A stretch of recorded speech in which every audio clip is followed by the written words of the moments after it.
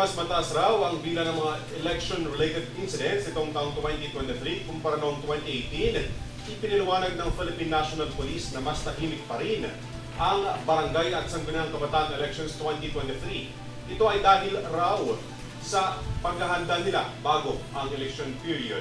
Nagbabalik para sa detalye ng balita si Henry Nicolas.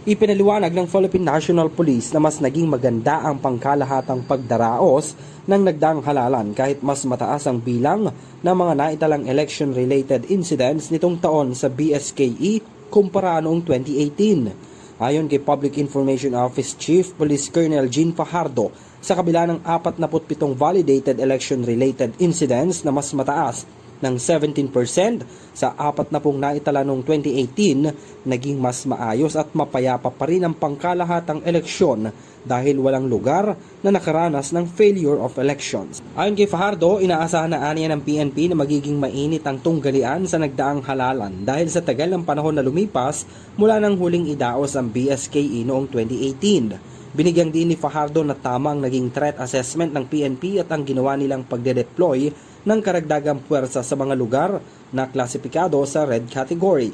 Base sa unang datos na inilabas ni Fajardo, mas mababa pa rin ang 47 na insidenteng iniulat sa BSKE noong 2023 sa 77 insidente na naitala noong 2010 at 57 naman noong 2013.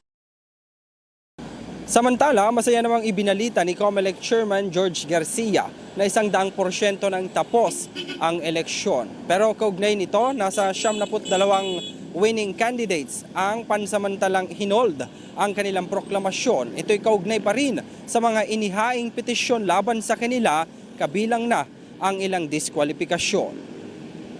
Para sa EuroTV News, ako si Henry V. Nicolas. Sumasaludo sa bawat Pilipino.